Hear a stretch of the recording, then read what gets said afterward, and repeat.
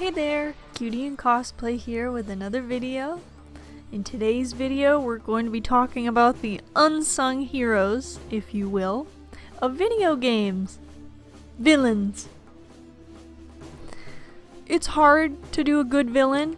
I think it's really hard to write a good one, especially for video games, so I just wanted to do a little video to appreciate some really great examples of villains. So, let's get into it. Alright, so before I start talking about my list of villains, I wanted to say that my makeup look is inspired by my favorite villain, which stay tuned till the end of the video to figure out who it is, because there's definitely no hints currently. First villain I wanted to talk about is King Krule. So my first exposure to him was actually from a TV show and not the games. I had the VHS of Donkey Kong Country. Now at the time I knew who Donkey Kong was, but I had never played his games. So after watching the show I became interested in the games, and I remember picking up a used Donkey Kong 64 at a game shop, and then during the Wii era I downloaded the Donkey Kong Country games on the Wii shop. Anyway, King Krule was just a character that always stuck with me because of the way he was portrayed in that cartoon. I got it! I got the coconut! I got it! That was brilliant! And I always felt that he was just a great villain to Donkey Kong, so it was really weird not seeing him for a long time in any games, even the modern Donkey Kong games. I love those Wii and Wii U games, but I really do wish that Krule was in them, even if it was only as a cameo. Anyway, this big chubby crocodile is definitely a villain that I hope to see make a comeback in the next Donkey Kong game, and I'm really happy to see him get so much love in Smash Bros. That was really nice. Victory! Success! Next up is Hazuma. So I love this character, and I don't know why, because he just looks weird with his constantly closed eyes, and his outfit is just pretty goofy for a villain. It's kind of gives me like Hot Topic vibes, which I'm not saying Hot Topic's bad, I go there, but that's just kind of what he's putting out there. But yeah, despite all that, his cocky, jokey personality just kind of makes him such an interesting and fun villain, just to like watch his interactions with all the other characters in the BlazBlue series. He's always a good time. He never disappoints. But yeah, normally I don't really care too much for fighting game villains, like Bison, Shang Tsung. All the other fighting games have good bad guys, but I don't love any of them. So Hazuma kind of stands out as a character that I actually like from a fighting game, or like actually love, I should say. And I will bring up that SNK does come close to making villains I like. I guess I just like the look of the SNK bosses because they look pretty cool. BlazBlue? That's quite a toy you got there, kiddo. How'd you do that? Sounded like Restriction 666 released. Deploying Dimensional Interface Force Field! What? How did you? No way! Time for a taste of real power, boy! Next up is Londi. So if you're a fan of the channel, you should know how much I love Shenmue, because I think it's one of the best series ever made. I would say it's the only game that isn't VR that makes boring, realistic, everyday things that you would actually do in life. This game makes them fun. And I don't know how, but there it is. Simple fact. So for Londi, there really isn't too much to say about him as a character yet, because of the way he's kind of used in the games up to Shenmue 3. He's treated like a last boss, You don't really get to see him much, and he doesn't interact with the protagonist Ryo too much, aside from, I think, like 2 times. Not a lot. But one thing he does have down is the look. He looks really awesome with his green color scheme and the dragon design on his clothing. Just really menacing and cool. And every scene that he's in, he just steals the show by looking so ominous and threatening. As this is one of my favorite franchises, of course Lon D is a character he stayed in my mind, and I have just quoted this line so many times. For the last time, where is the mirror? So I really look forward to seeing his character in the next game, and I'm just gonna sit here and cross my fingers that Shenmue 4 does not take another decade to come out. Please join me if you will.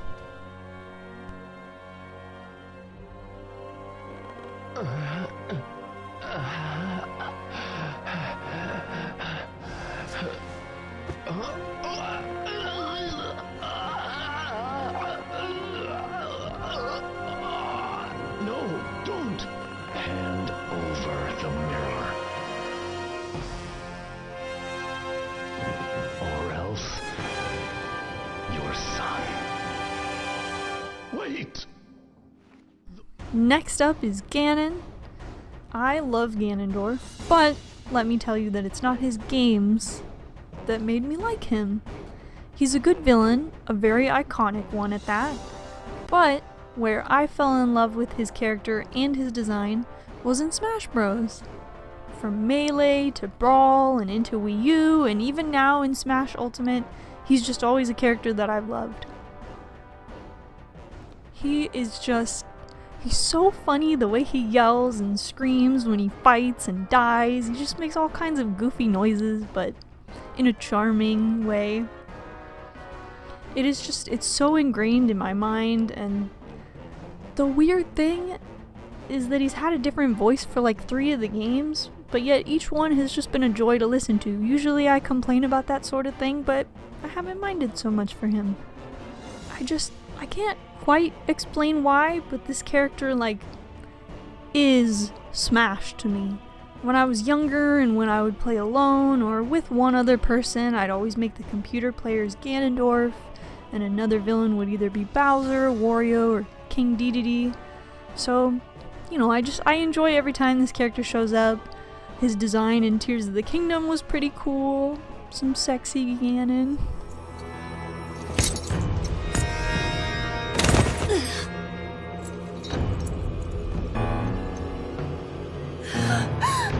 Your Majesty! Queen Sonia! Oh no! Queen Sonia!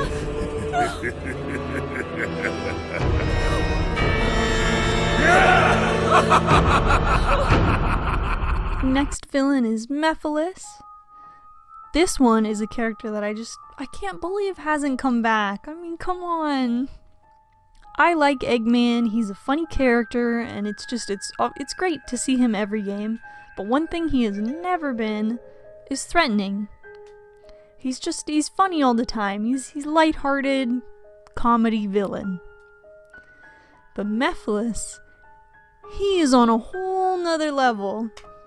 It's really a breath of fresh air to see a villain take things seriously. He never makes any dumb jokes, and everything he does is to torment other characters.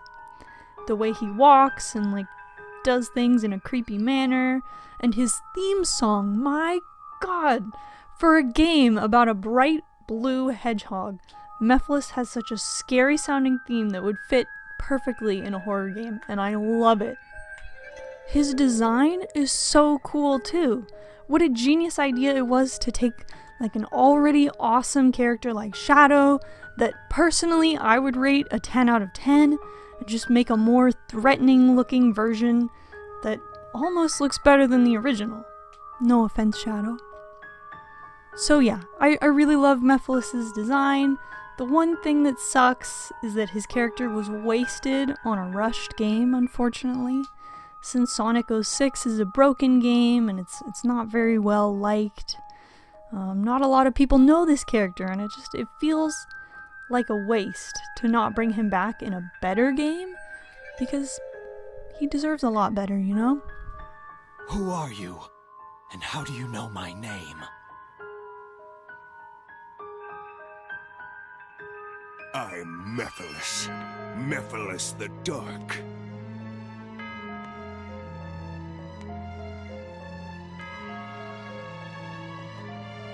What? Did you forget me?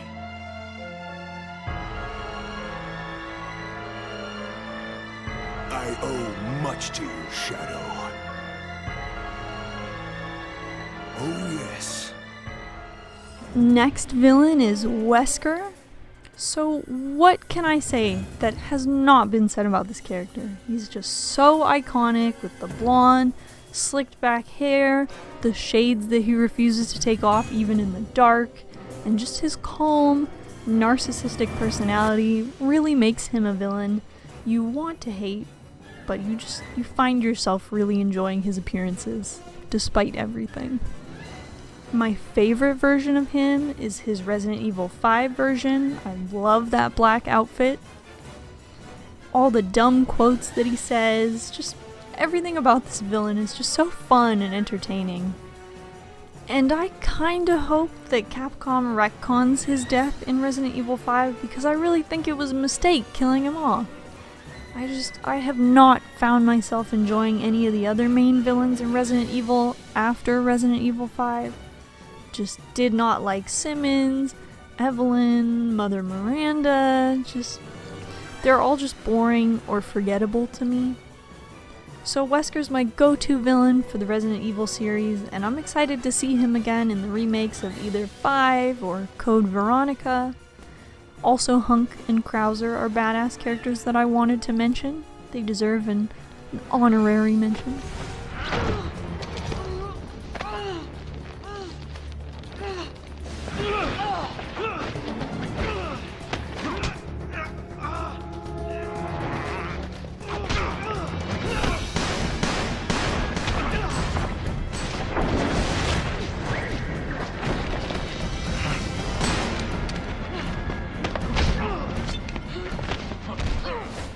Alright, this next character is tied with another one for my favorite gaming villain of all time, and that is Virgil. Originally, I had always thought that Virgil was cool, and I enjoyed seeing him in Marvel vs. Capcom 3, but he was never my favorite villain until I played DMC5, and wow, just wow. DMC5 is hands down one of the greatest games I've ever played. The music, the characters, the combat, the story, the style. Words just cannot express how amazing this game is.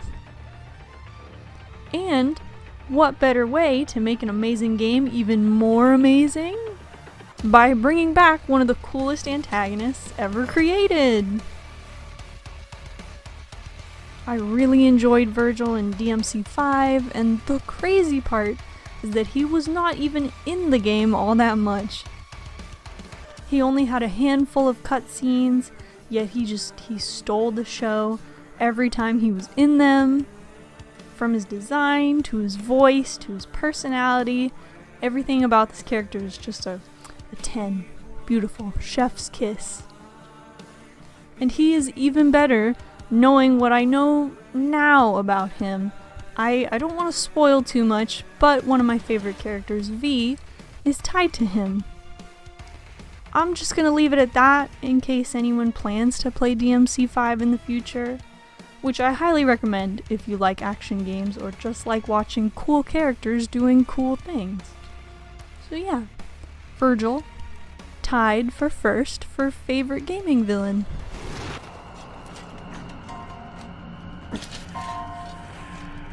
Defeating you like this has no meaning. Come on, Virgil. Let's do this. Heal your wounds, Dante. Get strong. After that, we'll settle the matter.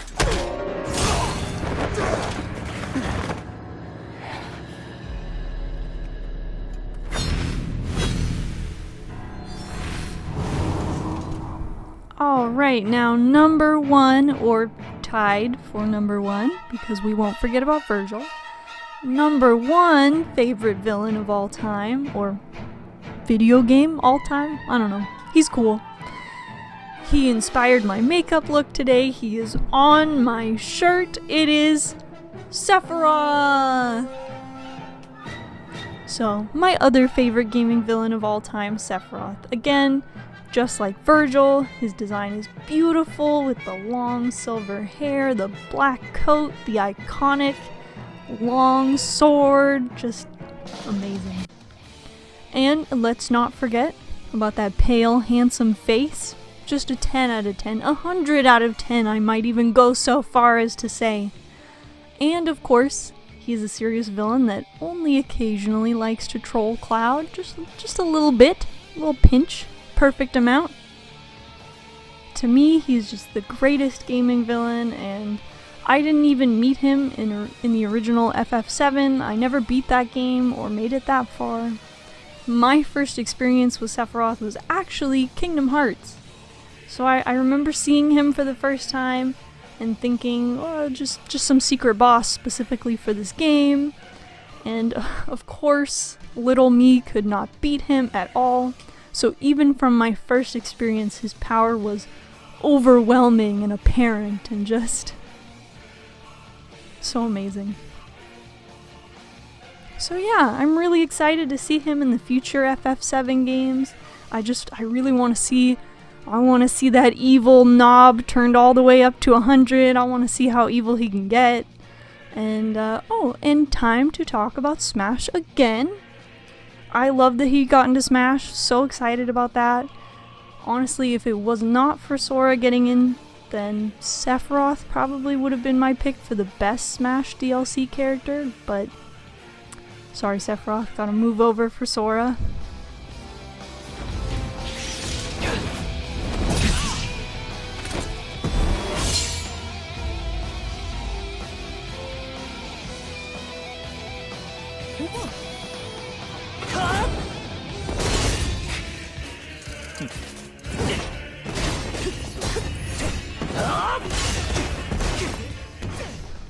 So those are some of my top gaming villains. Let me know in the comments any of your favorite gaming villains.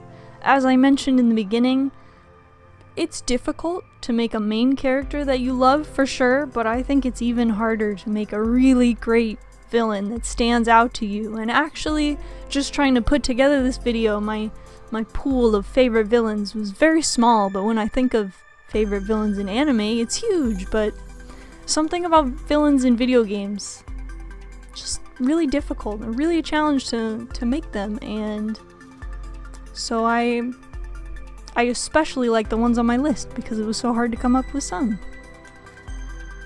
So yeah, thank you so much for watching. I hope you have a great day, and I'll see you in the next video. Bye!